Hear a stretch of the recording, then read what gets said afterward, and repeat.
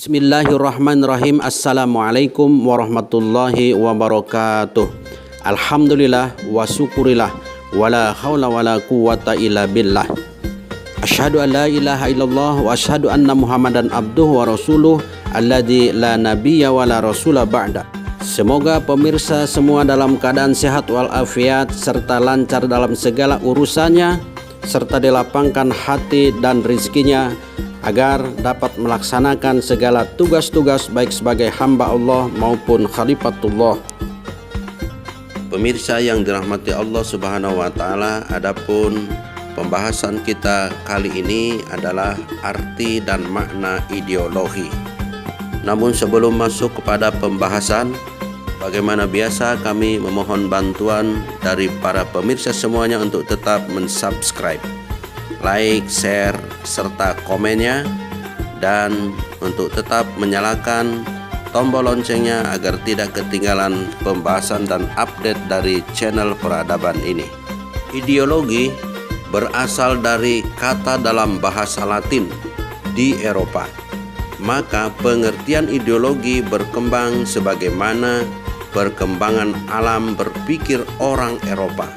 Ide artinya pengertian, konsep gagasan, logi atau logos artinya pengetahuan.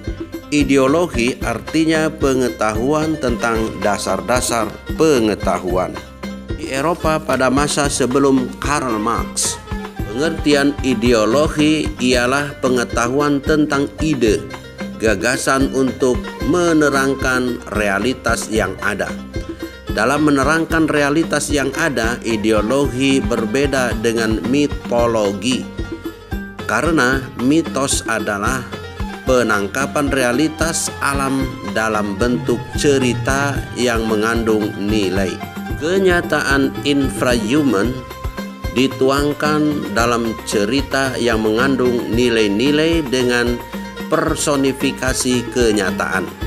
Keterangan berdasarkan mitos memang mampu mengarahkan pandangan hidup banyak orang, diyakini, dijadikan pegangan, memahami dan menyikapi berbagai persoalan kehidupan yang tidak cukup dapat difahami dan disikapi apa adanya. Misalnya, dalam menyikapi nasib, yaitu untung atau rugi, selamat atau celaka, bernasib baik atau bernasib buruk yang dialami seseorang pada suatu pekan dihubungkan dengan pekan kelahirannya.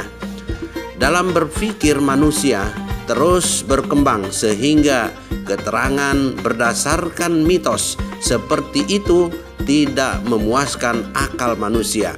Maka logos atau logi menerangkan realitas berdasarkan kenyataan apa adanya. Mulanya kehidupan manusia merupakan interaksi dengan alam natural, menjadi bagian dan menyatu dengan alam, dan manusia menafsirkan kenyataan dengan mitos sesuai dengan perkembangan kemampuan berpikir. Manusia mampu mengambil jarak dari alam sehingga dapat menerangkan alam dengan kenyataan sebagaimana adanya tanpa menggunakan simbol-simbol dan personifikasi dalam cerita mitos. Mendapati pemahaman bahwa ideologi ialah pengetahuan tentang ide, gagasan untuk menerangkan realitas yang ada, maka Karl Marx tidak puas hanya dengan menerangkan realitas dan menafsirkan kenyataan sebagaimana adanya. Ia ingin ideologi bisa menerangkan bagaimana seharusnya mengubah kenyataan sebagaimana adanya itu. Maka muncullah pengertian ideologi sebagai kumpulan konsep bersistem yang dijadikan sebagai asas pendapat yang memberikan arah dan tujuan dalam melaksanakan hidup. Mengapa manusia berideologi? Pada pengertian ini dapat dijelaskan manusia harus berideologi karena ingin mengubah realitas atau kenyataan yang tidak sesuai dengan yang seharusnya. Karena manusia menghajatkan adanya proses perubahan dari kenyataan menuju keharusan. Lalu, bagaimana mengubah kenyataan menjadi keharusan? Ideologi adalah paradigma pola kehidupan, dan yang dimaksud dalam pengertian ideologi tersebut adalah kumpulan konsep bersistem. Maka bila ingin menempuh kehidupan bersistem, harus memilih ideologi. Keberhasilan dan kegagalan seseorang dalam masalah pribadinya banyak tergantung pada istiqomah atau tidaknya dalam menempuh sistemnya.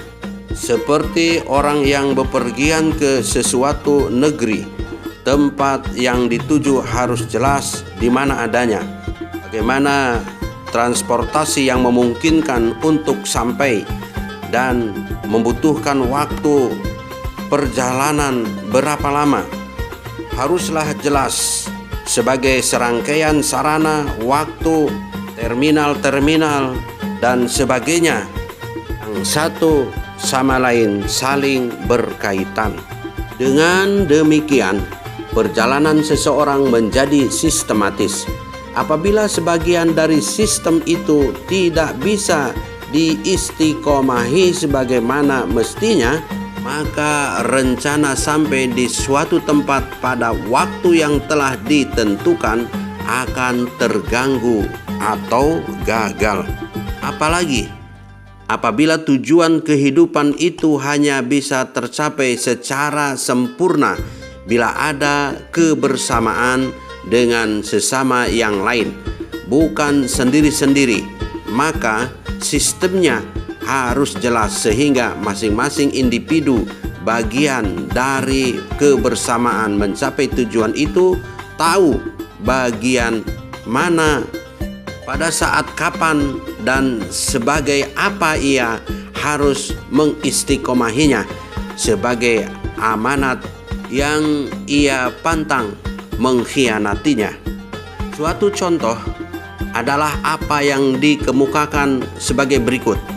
Salah satu alasan dicetuskannya Perang Dunia I oleh anggota persekutuan yang bekerja di belakang layar adalah untuk menciptakan suatu pemerintahan dunia sesuai perang tersebut.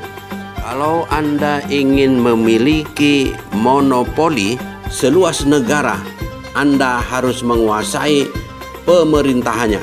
Kalau Anda ingin memiliki monopoli atau kartel bertaraf internasional, Anda harus mengendalikan sebuah pemerintahan dunia. Untuk mencapai tujuan yang tidak hanya mengendalikan urusan perseorangan seperti itu, tentulah tak dapat diselesaikan tanpa menggunakan ideologi. Sama halnya usaha umat Islam yang bertanggung jawab menyelenggarakan tugas kekhalifahan Allah Subhanahu wa taala di muka bumi untuk mematahkan konsepsi global, menciptakan suatu pemerintahan dunia seperti itu agar tidak menjadi umat terjajah oleh ideologi ciptaan ambisi hawa nafsu manusia. Maka dapatkah ditempuh tanpa menggunakan fungsi ideologi? Padahal Allah Subhanahu wa taala mencintai orang-orang yang berjuang di jalannya secara bersistem. Saffan ka'annahum bunyanun marsus. Allahu a'lamu bissawab. Assalamualaikum warahmatullahi wabarakatuh.